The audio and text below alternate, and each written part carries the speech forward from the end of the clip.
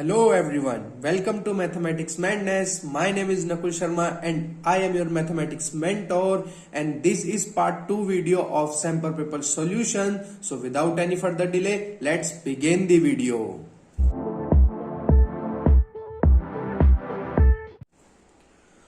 Question number 11. If a square is equal to 23 divided by 25, then a is. तो देखो question number 11 में हमें given है कि a स्क्वायर 23/25 है। अब हम क्या करेंगे, हम स्क्वायर रूट बोथ साइड करेंगे। क्यों? क्योंकि हमें यहां से स्क्वायर हटाना है। तो ये आएगा a इक्वल टू √23/√25। अब जो √25 है, हमें पता है ये क्या होता है। √25 होता है 23 अपॉन प्लस माइनस 5 प्लस 5 या तो -5। तो ये जो अंडर रूट है ये एक इर्रेशनल नंबर है, और ये जो 5 है ये रैशनल नंबर है। तो जब भी एक रैशनल नंबर और इर्रेशनल नंबर के बीच में एडिशन हो रहा हो, या सब्ट्रैक्शन हो रहा हो, या डिवीजन हो रहा हो, या मल्टीप्लीकेशन हो रहा हो, कुछ भी हो, तो उनका जो रिजल्ट होता है वो ऑलवेज इर्रेशनल होता है। तो ये irrational number divided by rational number is always a irrational number. Question number 12, if LCM, देखो अब इस यहां पे हमें क्या गिवन है, दो नंबर है x और 18, उन दोनों का एलसीएम है 36 एंड एचसीएफ कितना है दोनों का 2, देन x इज, तो हमें x की वैल्यू फाइंड करनी है। तो सॉल्यूशन ऑफ क्वेश्चन नंबर 12, देखो इसमें एक रिलेशन यूज होता है कि product of two number equal to LCM into HCF। Okay, तो प्रोडक्ट दो नंबर कौन से हैं, x multiply by 18 and LCM कितना है 36 और HCF है 2, तो 18 2, तो x आया 4। और इस क्वेश्चन में मैं ऑप्शन लिखने भूल गया, लेकिन इसका करेक्ट आंसर क्या होएगा 4। Question number 13, if triangle ABC right angled at B, कि एक ट्राइंगल है ABC जिसमें राइट एंगल कहां पे बन रहा है, B पे। If tan A is equal to में √3, then cos A cos C minus sin A sin C। देखो हमें गिवन क्या है कि ये एक ट्राइंगल है ABC जिसमें राइट एंगल यानी कि 90 डिग्री का एंगल कहां पे बन रहा है, B पर बन रहा है, और tan A गिवन है हमें √3 के। अब हमें यह पता है कि tan A इक्वल होगा tan 60 डिग्री के, क्योंकि tan 60 डिग्री √3 होता है, तो हमने √3 को किससे सब्स्टिट्यूट कर दिया, 60 डिग्री से। तो A की वैल्यू कितनी आ गई, यहां पे A की वैल्यू आ गई 60 डिग्री। अब एंगल सम प्रॉपर्टी क्या होती है कि angle A plus angle B plus angle C equal होता है 180 डिग्री के।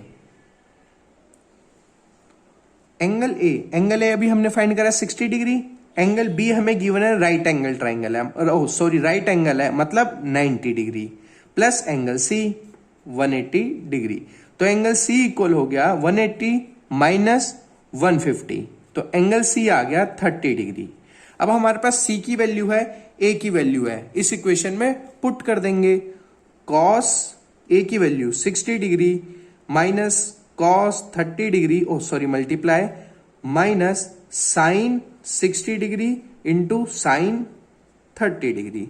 cos 60 degree 1/2 into cos 30 degree √3/2 minus sine 60 degree √3/2, और ये हाफ, तो √3/4 माइनस √3/4 दैट इज 0। तो option B is correct option.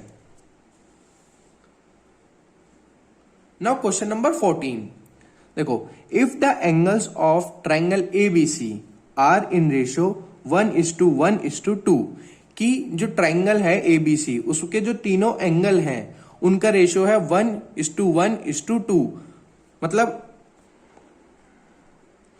कि अगर एक angle, let one angle B x, अगर एक एंगल x है तो सेकंड एंगल बी क्या होगा x, और थर्ड एंगल होगा 2x। और एंगल सम प्रॉपर्टी क्या होती है, x plus 2x equal to 180 degree, यानी कि सारे एंगल का सम कितना होता है 180 डिग्री। तो 4x equal to 180 degree and x is equal to 45 degree. Okay, तो अब x की वैल्यू आ गई 45, यानी कि एक एंगल आ गया 45 और सेकंड एंगल भी आ गया 45 और थर्ड एंगल आ गया 90। ठीक है, the largest being angle C, जो लार्जेस्ट एंगल है यानी कि 90, ये कौन सा एंगल है, angle C।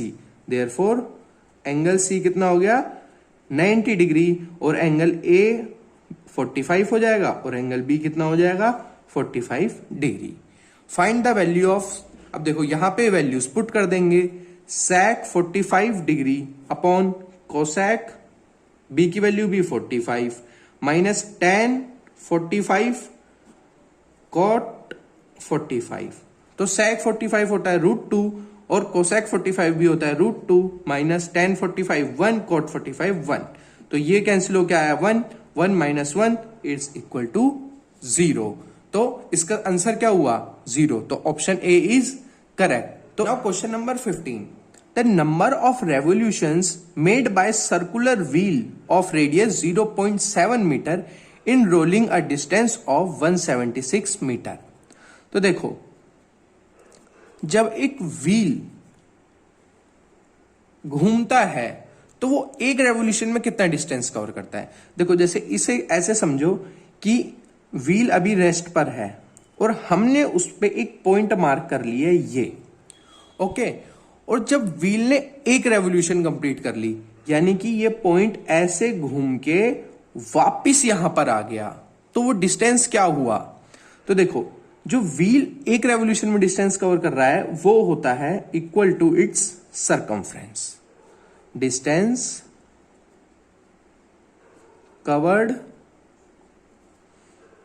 Bye wheel in 1 revolution equal to में सर्कमफ्रेंस। क्यों, क्योंकि अगर हम यहां से इस व्हील को ओपन कर दें और ये पॉइंट और इस पॉइंट को एक स्ट्रेट लाइन बना दें, तो वो क्या बनेगी, वो स्ट्रेट लाइन इसकी सर्कमफ्रेंस होगी।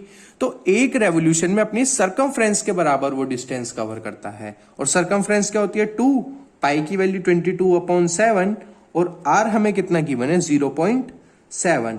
तो पॉइंट हटाएंगे, अपॉन में आएगा 10, तो 7 से 7 कैंसिल एंड 5 एंड ये, तो ये आया 22/5। तो ये आया distance covered by wheel in 1 revolution. तो नंबर ऑफ रेवोल्यूशन कैसे निकलेंगी, total distance upon distance in 1 revolution. ये फॉर्मूला है, आप चाहे इसे लर्न कर लो या अभी कहीं पे लिख लो अगर आपको अभी तक नहीं पता था। तो नंबर ऑफ रेवोल्यूशंस कितनी हो गई, टोटल डिस्टेंस 176 अपॉन 22 इंटू 5। तो हम इन्हें कैंसिल करते हैं 2 के टेबल से, 11 एंड दिस इज 8 एंड 8। तो 8 यहां पर आएगा 8 5 जा 40। तो आंसर इज 40 रेवोल्यूशन। तो correct option is option D 40। Now question number 16. Triangle ABC is such that AB, BC and CA, इनकी क्या दे रखी है, लेंथ्स दे रखी हैं ट्राइंगल्स की। If triangle ABC is similar to triangle DEF, triangle ABC similar है triangle DEF के, तो इनके कोरस्पॉन्डिंग साइड्स के रेशियो भी क्या होंगे, बराबर होंगे। इफ ट्राइंगल ABC सिमिलर है ट्राइंगल DEF के, तो कोरस्पॉन्डिंग साइड्स के रेशियो भी बराबर होंगे।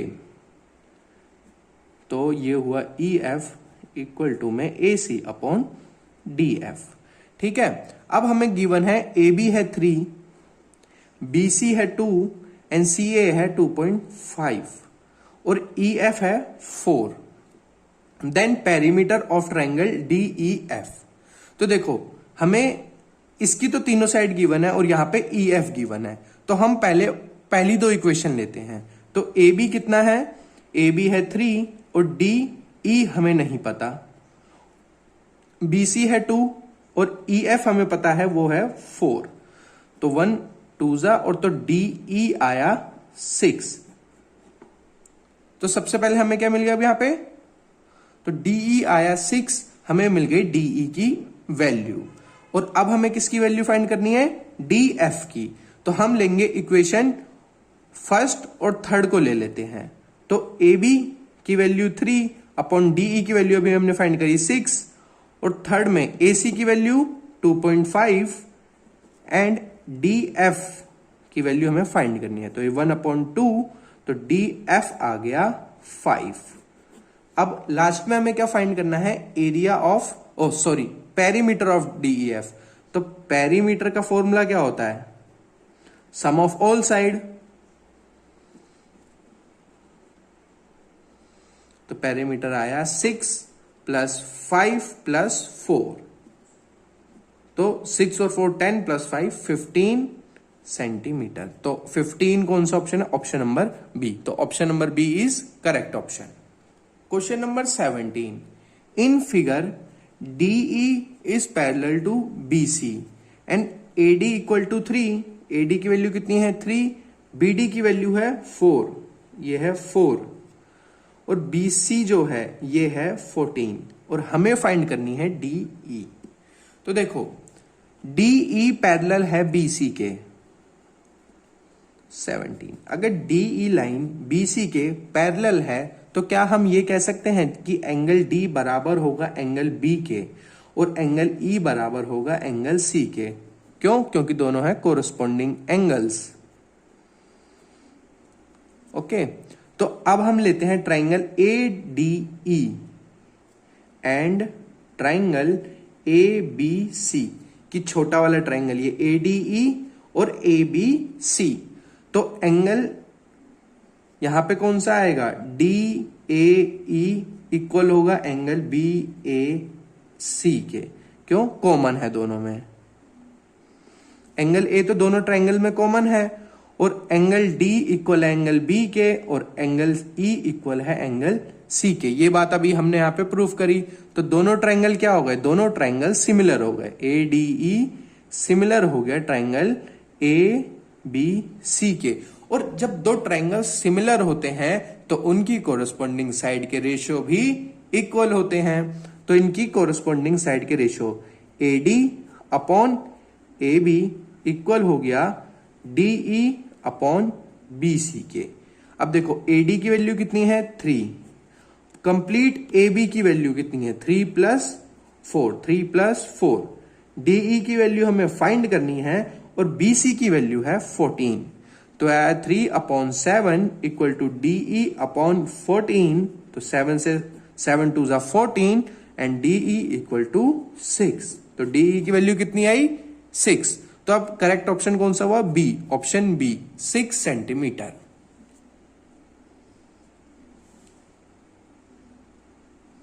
Now question number 18. If 4 tan beta equal है 3 के, तो tan बीटा कितना आ गया यहां से 3/4 के। Then 4 sin beta minus 3 cos beta upon 4 sin beta plus 3 cos beta. अब देखो इस क्वेश्चन को सोल्व करने के दो तरीके हैं। सबसे पहला तरीका कि आप tan बीटा से sin और cos बीटा की वैल्यू निकाल लो। ये थोड़ा सा लेंदी प्रोसेस होगा। देखो इसमें ट्रिक देखो, हमें किसकी वैल्यू गिवन है tan की, और यहां पे हम tan बना सकते हैं, बिल्कुल बना सकते हैं। हम क्या करेंगे, cos से डिवाइड कर देंगे दोनों को, divide both numerator and denominator by cos beta. तो 4 sin beta upon cos beta minus 3 cos beta upon cos beta upon 4 sin beta upon cos beta minus 3 cos beta upon cos beta. तो cos beta से cos beta cancel, और 4 tan beta minus 3, 4 tan beta minus 3, sorry यहां पर plus है question में, plus 3। अब 4 tan beta की value 3/4 minus 3, 4 3/4 plus 3, तो 4 से 4 कैंसिल, 3 माइनस 3 अपॉन 6, तो आंसर क्या आया 0। तो option A is correct option. Question number 19। अब देखो क्वेश्चन नंबर 19 एकदम फुद्दू क्वेश्चन है। इसमें क्या पूछा है, one equation of pair of dependent linear equation is this, the second equation can be, कि एक इक्वेशन तो ये है, अब ऐसी ही कोई दूसरी इक्वेशन हो सकती है। तो हम ऐसे क्वेश्चन में क्या करेंगे, इस इक्वेशन को किसी भी एक नंबर से मल्टीप्लाई करके देखो। अब वो नंबर कैसे चूज करेंगे, देखो यहां पे x के साथ क्या है 5, और यहां पे क्या है 10 10 10 10, सब में 10 है। तो हमें क्या करना है, या तो नंबर को 2 से मल्टीप्लाई करना है या -2 से मल्टीप्लाई करना है। तो हम मल्टीप्लाई करके देखते हैं इक्वेशन को 2 से, तो क्या आएगा -10x plus 14y equal to 4। अब देखो ये ऑप्शन कहीं अवेलेबल है हमें, तो देखो 10x minus 14y equal to -4 given है हमें, तो हम क्या करेंगे यहां से माइनस कॉमन ले लेंगे, 10x minus 14y equal to -4। क्या अब ये दोनों ऑप्शन सेम हैं? हाँ, तो option D is the correct option. तो देखा इसमें क्या करना था, बस हमें एक नंबर देखना है, उससे मल्टीप्लाई करके देखना है और इक्वेशन सेम आनी चाहिए। ऐसे ही डिवाइड भी हो सकता था कि सारे ऑप्शन में 5/2 दिख रहा होता तो हम 2 से डिवाइड करके देखते। Now question number 20. A letter of English alphabets is chosen at random.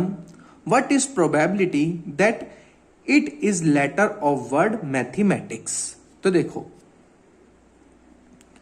Total alphabets कितने होते हैं, वो होते हैं 26। अब 26 अल्फाबेट्स में से हमने एक अल्फाबेट पिक करा।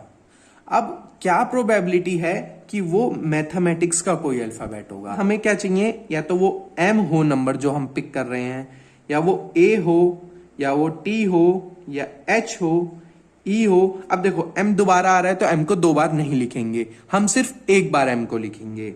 उसके बाद A भी दोबारा आ रहा है, T भी दोबारा आ रहा है, I न्यू वर्ड है, C न्यू वर्ड है, S न्यू वर्ड्स है। ठीक है, तो टोटल अल्फाबेट कितने हैं, 1 2 3 4 5 6 7 8। तो जो फेवरेबल आउटकम्स हैं वो कितने हैं, 8, और टोटल आउटकम 26। तो हम क्या करेंगे, प्रोबेबिलिटी क्या आ जाएगी, 8/26 दैट इज 4/13। तो अब कौन से ऑप्शन में 4/13 है, वो है ऑप्शन ए में। तो ऑप्शन ए करेक्ट ऑप्शन है। तो इसी के साथ आज की वीडियो को फिनिश करते हैं, और अगर आपको ये वीडियो अच्छी लगी है तो वीडियो को लाइक कर दो, शेयर करो अपने दोस्तों के साथ, और चैनल को सब्सक्राइब कर दो। Thank you.